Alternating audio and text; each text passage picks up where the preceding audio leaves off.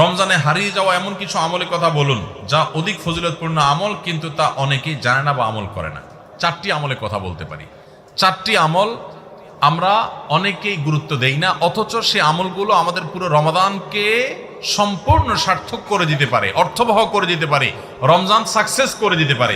সে 4টার ভিতরে প্রথম এবং 1 নম্বর যেটা বলতে চাই তা হলো রমজান মাসে রোজা রেখে এবং রাতের বেলা পুরো রমজান জুড়ে সকল প্রকার পাপাচার, কাউকে কষ্ট দেওয়া, গালি দেওয়া, হক নষ্ট করা, সব ধরনের গুনাহ থেকে, গীবত শেকায়েত করা, চোখের গুনাহ, সোশ্যাল মিডিয়া ইত্যাদি সবগুলো থেকে বেঁচে থাকবেন। প্ল্যান করে যে কোনো মূল্যে প্রয়োজনে আমি আইডি ডিঅ্যাক্টিভ করে ফেলবো, অ্যাপ ডিলিট করে ফেলবো, তারপর সব ধরনের গুনাহ থেকে বেঁচে থাকবেন। এটা হলো রমজান সার্থক করার সবচেয়ে গুরুত্বপূর্ণ কাজ। 1। 2 নম্বর হলো রমজানে আমরা অনেকে কোরআন পড়ি কিন্তু কোরআন শোনাশুনি করি না। হাফেজরা করে অবশ্য। নবী করিম সাল্লাল্লাহু আলাইহি সাল্লাম রমাদানের শোনাশুনি করতেন। এটা একটা হারিয়ে যাওয়া সুন্নাহ বলতে পারি। জিবরিলকে তিনি শোনাতেন, আবার জিবরিলের কাছ থেকে তিনি শুনতেন। এজন্য আপনি কোরআন পড়বেন, আপনার স্ত্রী শুনবে, আবার স্ত্রী পড়বে, আপনি শুনবেন। স্ত্রী বলে কোনো কথা নয়, এরকম একে অন্যের সাথে কোরআন শোনাশুনি করবেন। এটা একটা হারিয়ে যাওয়া আমল। 3 নম্বর হলো রমজানের শেষ 10 দিন ইতিকাফ করবেন। রমজানের শেষ 10 দিনের ইতিকাফ এমন একটা আমল, রমজান রোজা ফরজ হওয়ার পর থেকে নিয়ে মৃত্যু পর্যন্ত নবী সাল্লাল্লাহু আলাইহি সাল্লাম জীবনে কখনো ইতিকাফ ছাড়েন নাই। আমরা ম্যাক্সিমাম মানুষ জীবনে কখনো করি নাই। ইতিকাফ করা হলো আল্লাহর ঘরে এসে গাঁটটি বোসকানাই পড়ে যাও যে আল্লাহ ক্ষমা করা ছাড়া যাব না।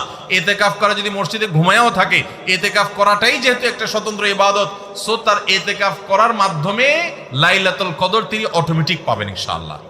এই জন্য ইতিকাফের আমলটা আমাদের রমাদানকে সার্থক করে দিতে পারে, অথচ এটা হারিয়ে যাচ্ছে। আর 4 নম্বর এবং সর্বশেষ হলো রমজানের শেষ দশক হলো ইবাদতের দশক, আমলের দশক। আমরা প্রথম 2 দশকে যা পারি না পারি, শেষ দশক বেশি আমল করার চেষ্টা করব। অনেকে আমরা শহর থেকে গ্রামে যাওয়ার জন্য পরিকল্পনা করতে করতে 4-5 দিন চলে যায়। অনেকে কেনাকাটার জন্য 4-5 দিন ব্যয় করে ফেলি। ঈদের প্রস্তুতির জন্য আমাদের শেষের দিনগুলো নষ্ট হয়ে যায়।